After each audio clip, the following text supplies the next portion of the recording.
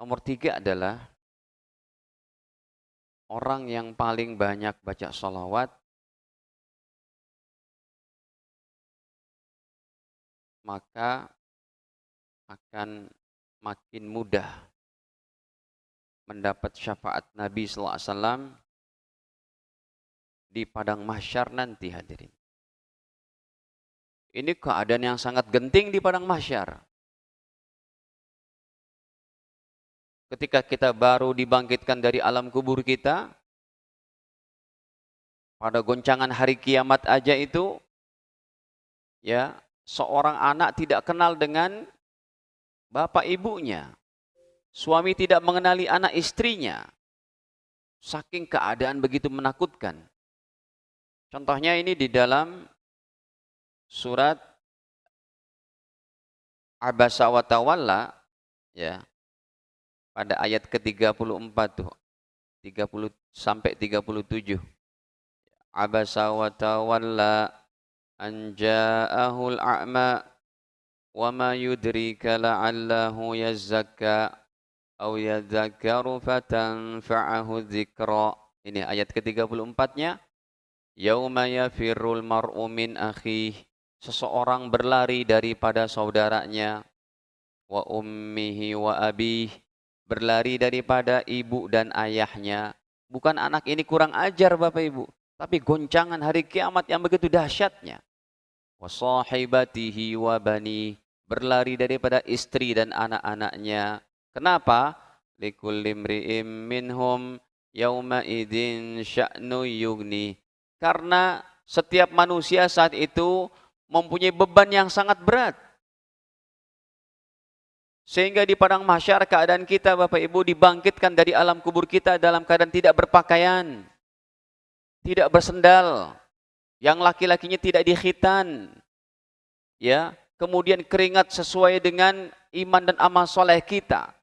Karena matahari 1 mil, ada yang keringatnya sampai selututnya, sebetisnya, sepahanya, sampai sedadaknya, sampai menenggelamkan dirinya. Saat itu berada pada puncak kemurkaan Allah. Jadi padang mahsyar ini merupakan puncak kemurkaan Allah. Kalau ada musibah dan malapetaka Bapak Ibu di dunia ini, itu bukan murka Allah pada puncaknya. Sumpamanya ada banjir bandang, ada gunung meletus, ada musibah ini itu, kebakaran dan sebagainya, gempa bumi, tsunami. Itu memang murka Allah kepada dosa-dosa manusia. Tetapi bukan pada puncak murka Allah. Murka Allah puncaknya nanti berada di padang mahsyar. Hadirin, contohnya di dalam surat Al-Ankabut nih. Pada ayat ke-40 ya. Allah berfirman di situ. Fakullan akhadna bidzambihi. Semuanya kami timpakan musibah dan malapetaka bidzambihi karena dosa-dosa mereka. Semua kami timpakan musibah malapetaka karena dosa-dosa manusia. Faminhum man arsalna alaihi hasiba. Sebagian dari mereka ada yang kami timpakan hujan batu kerikil yang panas seperti kepada kaumnya Nabi Lut di Jordania dulu, ya, yang mereka melakukan apa itu hubungan laki dengan laki gitu ya. Homoseks. Nah, ini hadirin Allah timpakan dengan musibah begitu sampai diangkat kampungnya itu dibalik seperti itu. Wa minhum man akhadathu sayhah. Sebagian lagi ada yang timpakan dengan suara yang menggelegar seperti kepada kaum Samud, sehingga keluarlah darah dari telinga dan hidung-hidung mereka, mati mereka saat itu. Murka Allah, tetapi bukan pada puncaknya. Wa minhum man khasabna bihil arda. Dan sebagian lagi ada yang kami tenggelamkan, ada yang kami masukkan ke dalam bumi. Seperti siapa? Qarun dan para pengikutnya.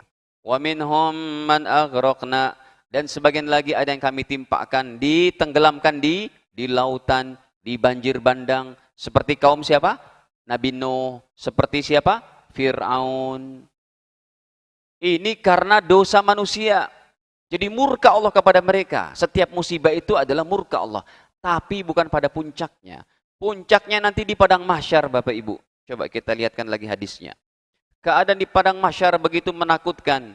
Sehingga kita tidak bisa itu untuk mengangkat tangan. Saking takutnya. Kita dikumpulkan dalam keadaan bertelanjang, tidak berpakaian. Kemudian Aisyah berkata, ya Rasul, kalau kita dibangkitkan di padang mahsyar dalam keadaan tidak berpakaian, tentu kita akan malu kepada depan orang yang ada di depan, belakang, kanan, kiri kita.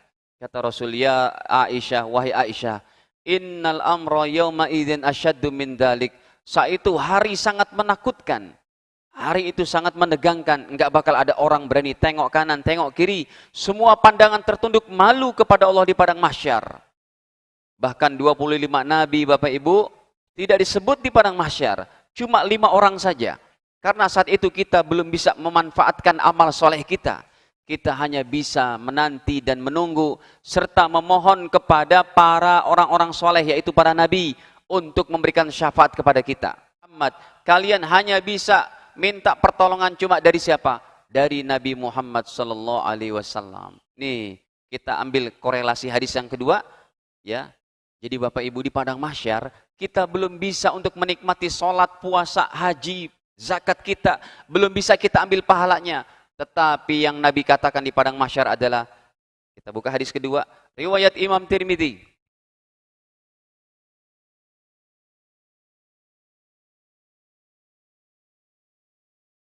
Nih, 486 nomornya, Nabi SAW bersabda, ya, kata baginda apa? Aulan nasi bi yaumal qiyamah, orang yang paling dekat dengan aku, orang yang paling utama kepada aku pada hari kiamat nanti di padang mahsyar, siapa?